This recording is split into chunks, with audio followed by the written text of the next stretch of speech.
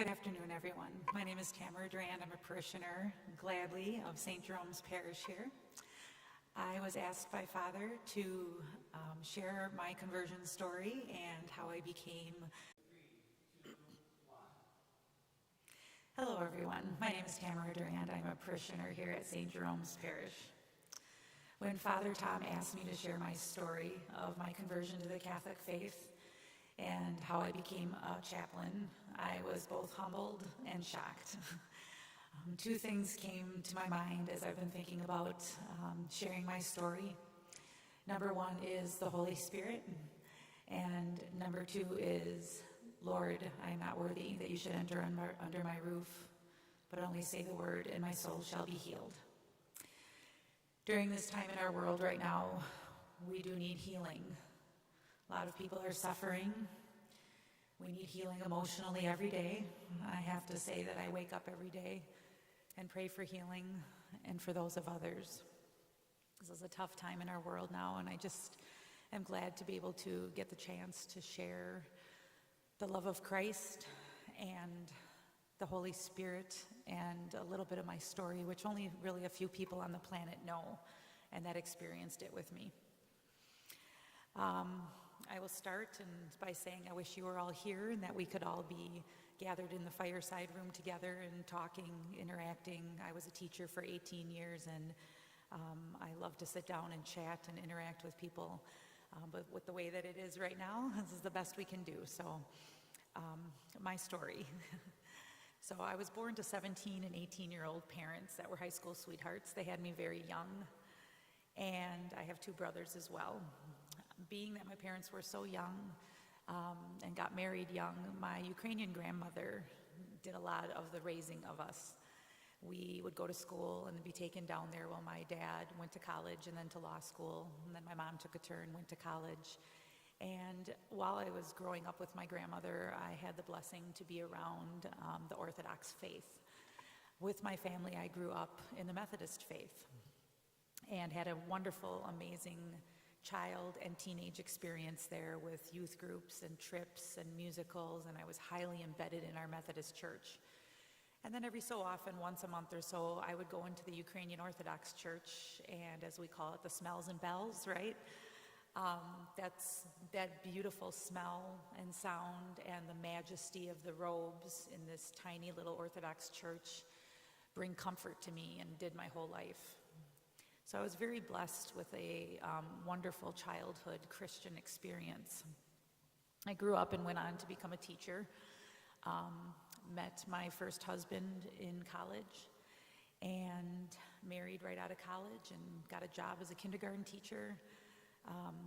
Went on to teach third grade at an at-risk school for most of the rest of my career, ended up in fifth grade, taught with at-risk kids, worked tirelessly to try to develop programs for the community to work with kids that are at risk.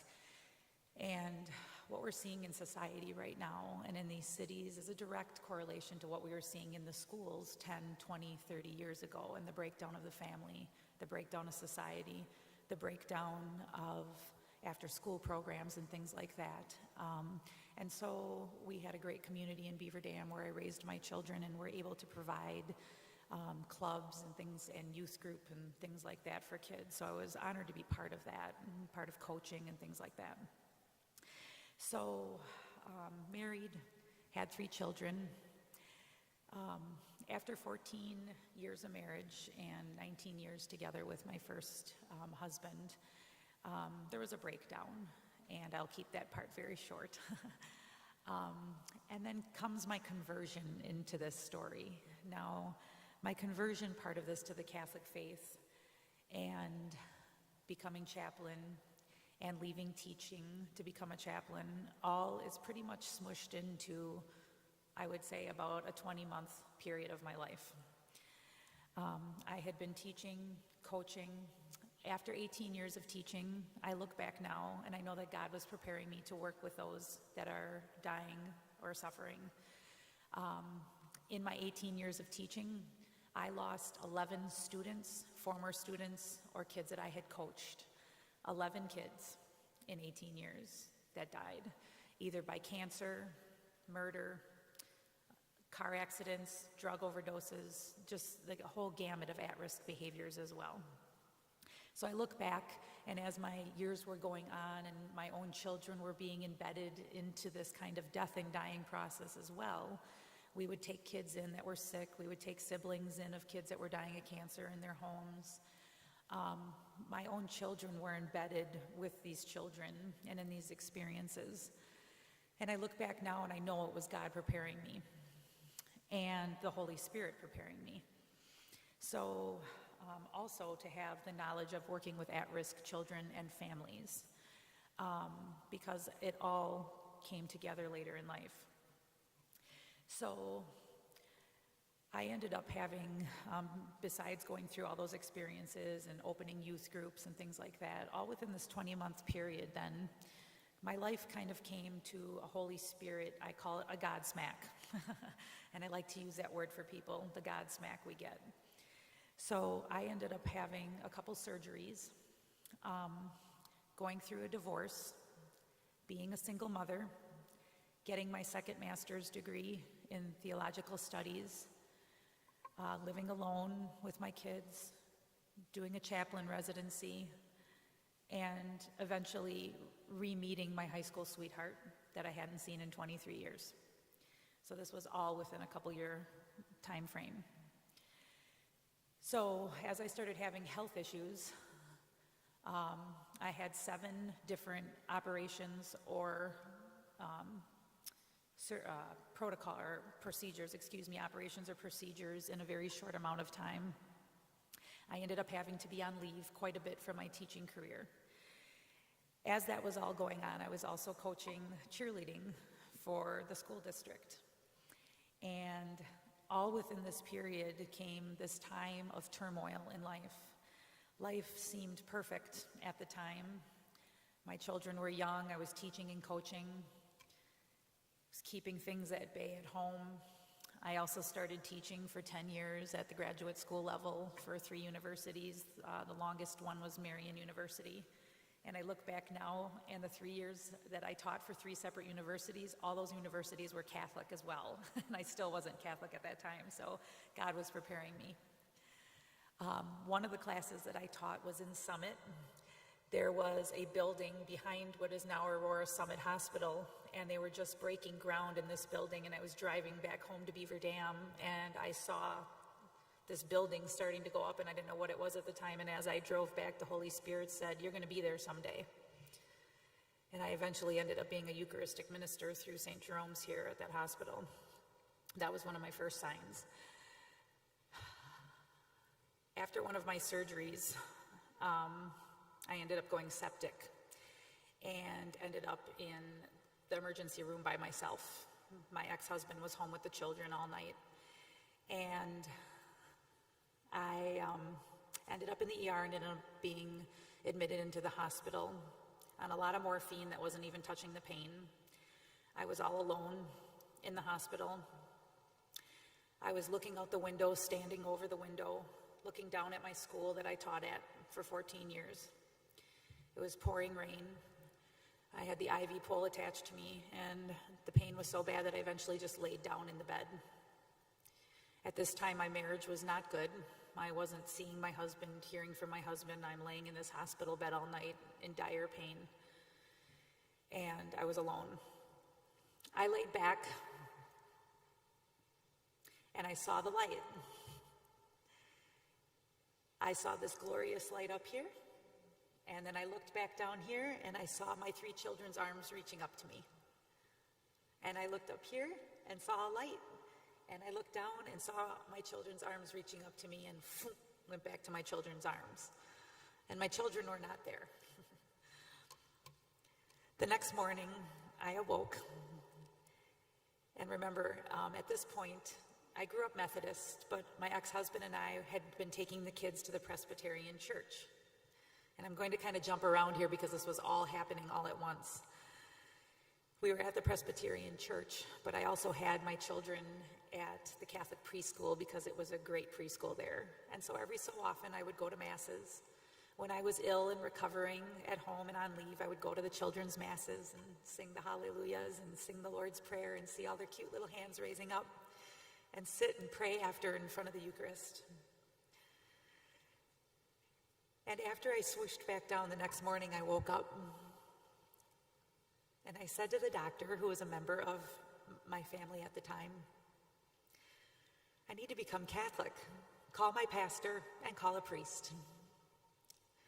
He called my pastor, Pastor Jack of the Presbyterian Church, and he came, and I said to him, I need to be Catholic. I'm sorry. And in that afternoon, Father Udo, who was a visiting pastor at St. Catherine Drexel for us in Beaver Dam, came to my bedside that afternoon, and I said, I need to be Catholic. I don't know why, but I did. Once I healed and got better, I became known as the Jesus freak in our town. I would go to Mass before I would go to school. I would rush out of there and get to my classroom. I was on every committee. I joined the Hispanic choir and embedded myself fully into the Hispanic community who embraced me.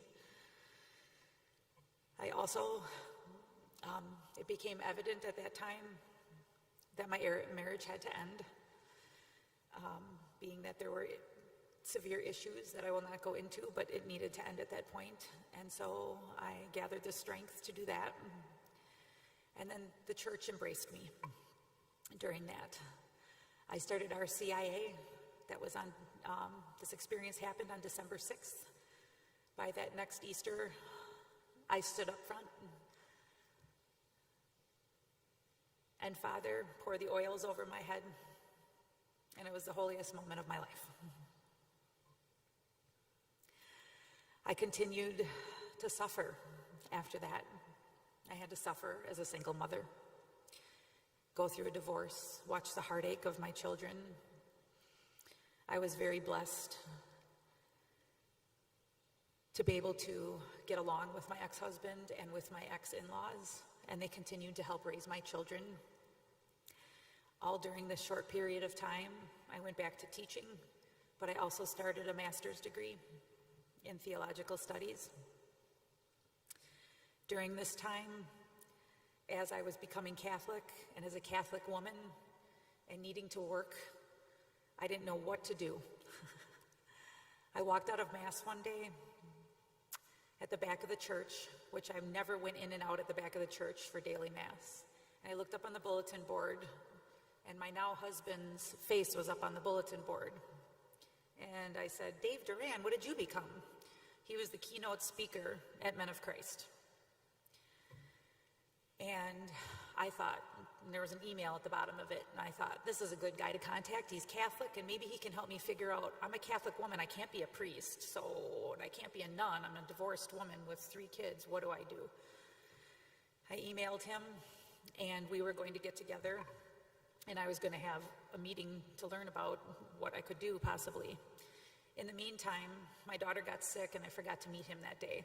This was all God and the Holy Spirit, because the timing was not right. So during this time then, for a few months, I was working on my master's degree. I went to get, I moved into a home with my children and was going to build a home with my children. I ended up having my grandmother and my aunt both die within 24 hours of each other. One at St. Luke's and one at Waukesha Memorial, where I've just served as a chaplain for 3 years. And I've stood in the room where this happened more times than I can count. My grandmother and my aunt, of 2 separate incidences, were dying within 24 hours of each other. My calling as a lay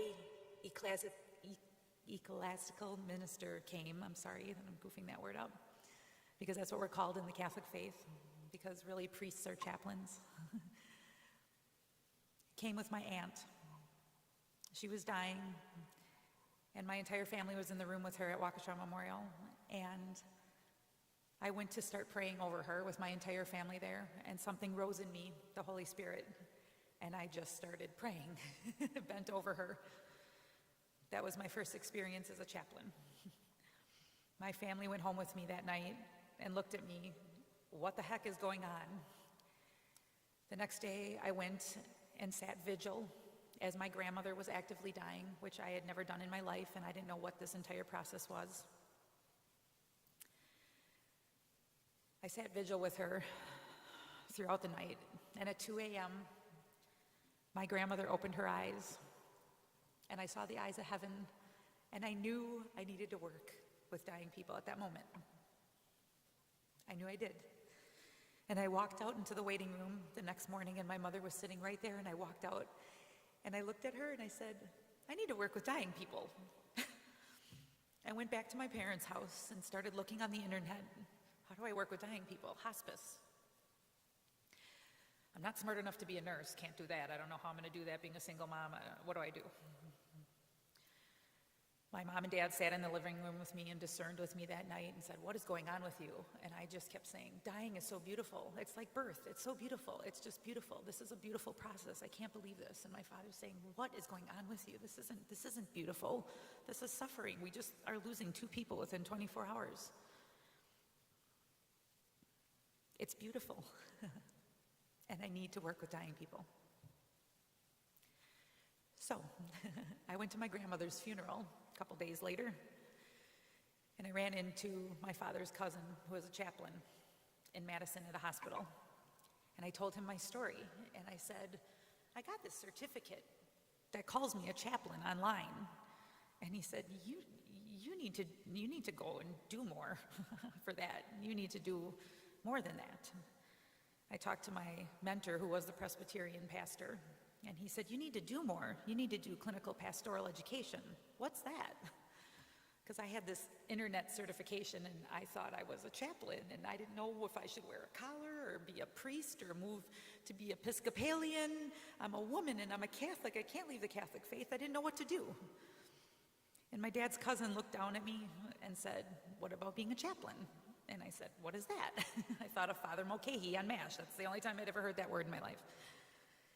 And I went home and looked that up and talked to the former Presbyterian pastor, and he said, this is what you need to do.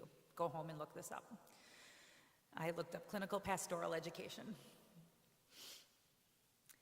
Then began my journey of how to become a chaplain in the Catholic faith.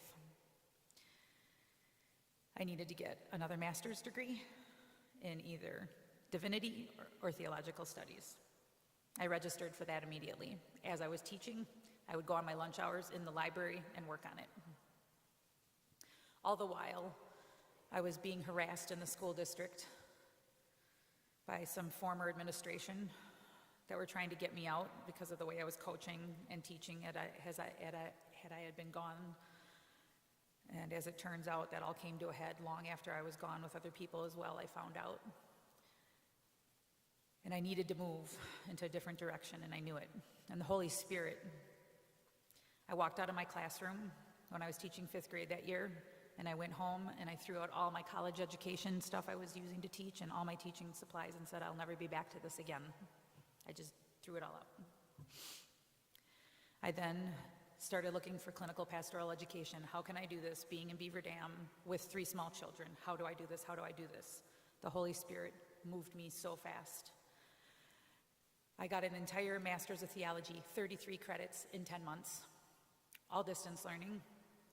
I found a clinical residency at a hospital in Wausau, at Aspires Hospital in Wausau.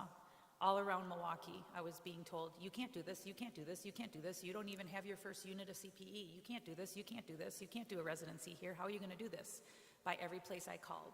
One place I called, St. Camilla's, said, you can do this, come on in, but you can only do a part of it. I knew I needed to be paid because I was a single mom, I had to be paid. Went up to Wausau, got hired in the chaplain residency in Wausau. How am I going to do this? I'm a single mom. I was very blessed that my ex-husband and my ex-in-laws took my children Monday through Thursday and cared for them while I could be up there and do my residency. And then I would come home for the weekend on Thursday nights. And I was able to do half of my residency there. I was supposed to be there for a full year, and by Christmas time, my kids weren't being taken care of like they should have been. And I quit halfway through. But lo and behold, God took care of it. I came home. I found a condo to move my kids in that I ended up being 10 years in. I was searching for chaplain jobs, being told that I need 4 units of CPE to work in a hospital, but I knew I had to work with dying people. Wait a minute, to work in a hospice with dying people, I only needed 2 units of this clinical pastoral education. Only 2, I had to. So I applied at every hospice that was around. I called Aurora, Zilber Hospice, and said, please push my resume through. I have to work there. Within a month, I had an interview and walked into Aurora Zilber Hospice and knew the minute I walked in there and saw the angels floating above there, I'd be working there. Aurora Zilber Hospice is an acute inpatient hospice. They have 18 beds, and people come there with hours to days to live. God placed me there. The day of my interview, this was about a year and a half after I had seen my husband's face at church, at the back of the church. I was driving home from my interview at Zilber, and I was at Panera, working on the computer in case I didn't get that job at Zilber. And I was getting up to leave, and I hear, Tam, and I turn around, and it's my husband, Dave. Tam, what are you doing here in Delafield on 83 here at Panera? I just interviewed for a hospice job. I think I got it. Great to see you. Turn around, another year and a half goes by. I work at Zilber. I commute as a single mom, rushing every single morning to beat the train in Horicon, Wisconsin to get down to Wauwatosa. I get out of there as fast as I can to pick up my children from Y-Care. And I'm working there, and it's heaven on earth. A lot of on-call, but heaven on earth. Then one day, about another year and a half later, 23 years after the last time I saw my husband, I'm home with my child, sick again, the same one that was sick that first time I was supposed to have lunch. And I get a call at home, and it's my husband saying, Tam, I need somebody to talk to. I don't know anybody that's really divorced. I just need a friend to talk to. I'm going through a divorce. So I worked. We went and had a 5-hour conversation. And now we've been married for 7.5 years. We went through annulments that took 14 long months. We have 9 children, 3 grandchildren now. And we're very blessed.